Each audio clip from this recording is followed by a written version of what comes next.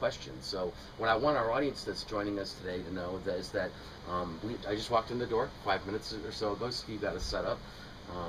The Youngs joined us here on their back porch on a gorgeous Sunday afternoon. And largely, what I'm going to do is turn the microphone over to Scott and Tracy, and let them ask me really any question that they might have of any interest specific to virtually to the race specifically, but virtually to any question they might want to ask. And we hope that's much like how you would like to see it, is that just asking questions and me providing some candid answers. So thanks for having us into your home today. I really appreciate it. No problem. It's kind of surreal. Cameras wandering about your home, but live TV. Live drinks. But seriously, I thank you very much for the opportunity to come in. We know each other. I think it's full disclosure. I've known the Youngs for a number of years and consider them good friends. So they're not going to be firing back at me, I hope not, in an interrogation-like atmosphere. But really, I just want to join with you for a little while and let you ask some questions. And I always love your questions. Well, let me start. We've lived here 7 years and haven't been real involved in politics. I mean, we read about races, we know a lot of people in politics, we know about the county auditor position a little bit.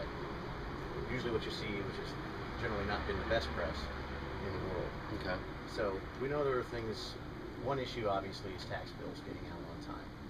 So maybe you could tell me a little bit about your view, what the auditor's position is and should do. In terms of tax bills?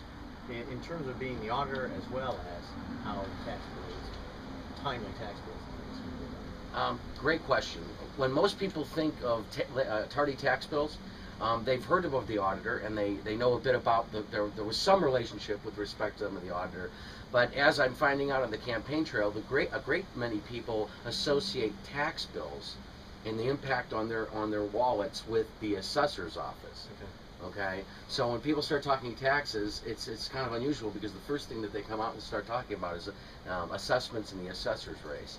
And I don't think that they necessarily know that the person that sends the bill to them and the person that calculates that bill is the auditor.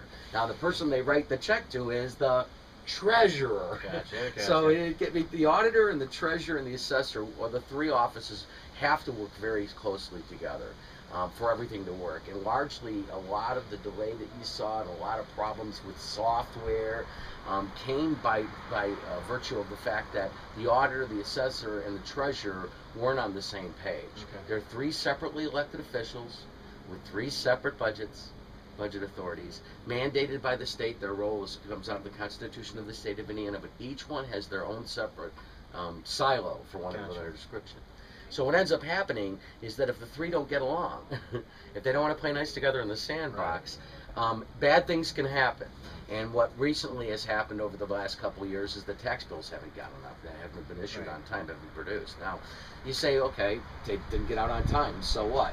Right? Oh, great, I have longer to pay. Well, first of all, you don't have longer to pay. When they send them out, it's the same 15 days. But what ends up happening is that when tax bills don't go out on time, okay, the local government that you depend upon, schools and education, fire protection services, police protection services, they don't get their money.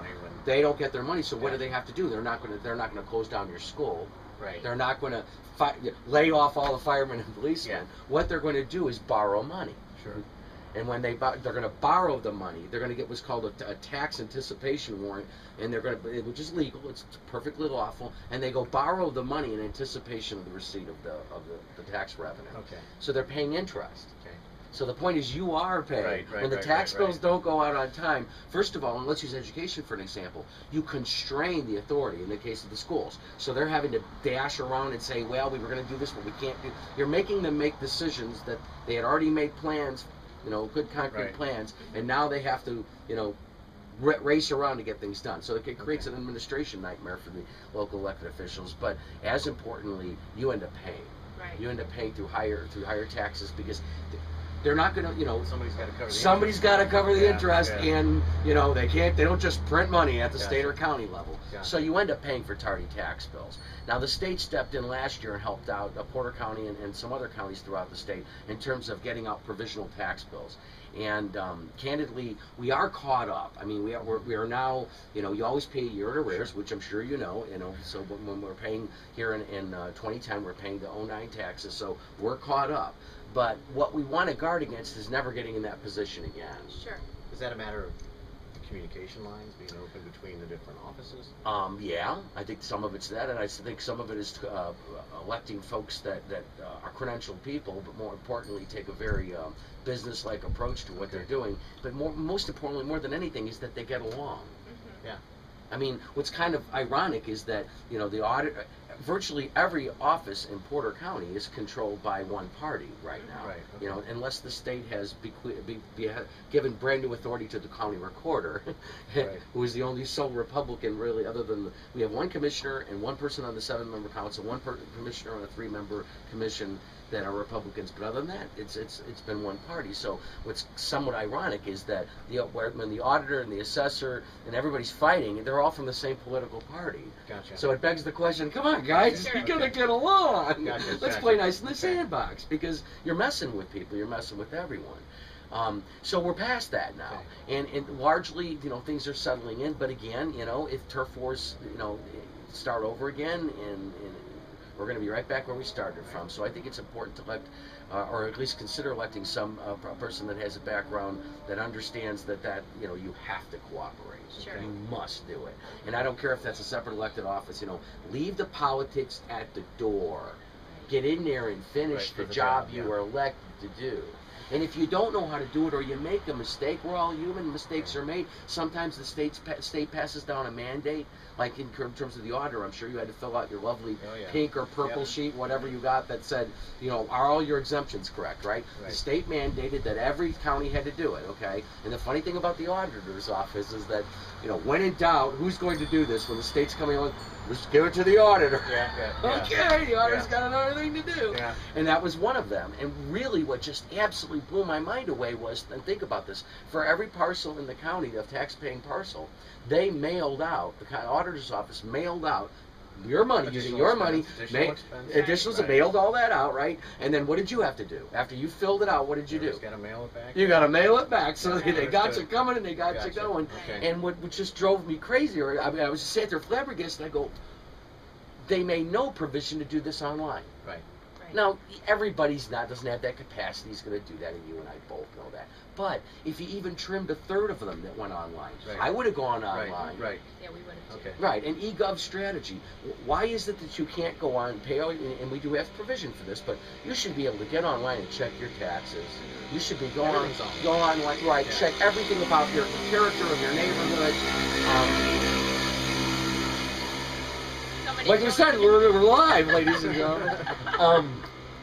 But you should literally be able to do virtually anything in terms of your relationship with county government. You should be able to do it online. Right. You should be able to check your mortgage and your deeds, and whether it's the recorder's office or the assessment. Your Form 11s. Right. You got mailed Form 11s too, didn't Sure. you? Yep. Okay, so we mail you Form 11s. We spent your money to mail you a piece of paper to tell you that your assessment went up or down. We mailed you something to say, hey, how about the exemptions? Are these your exemptions and everything? Right. And I'm like, one thing we could have at least done is the auditor and the assessor could have tried to jibe schedules and see if it was possible Sure. to jibe schedules to mail you at one time. Yeah. I mean, that might have been an idea. More Right. efficient. But, Yeah. well, again, it's thinking, not just out of the box, but off the page.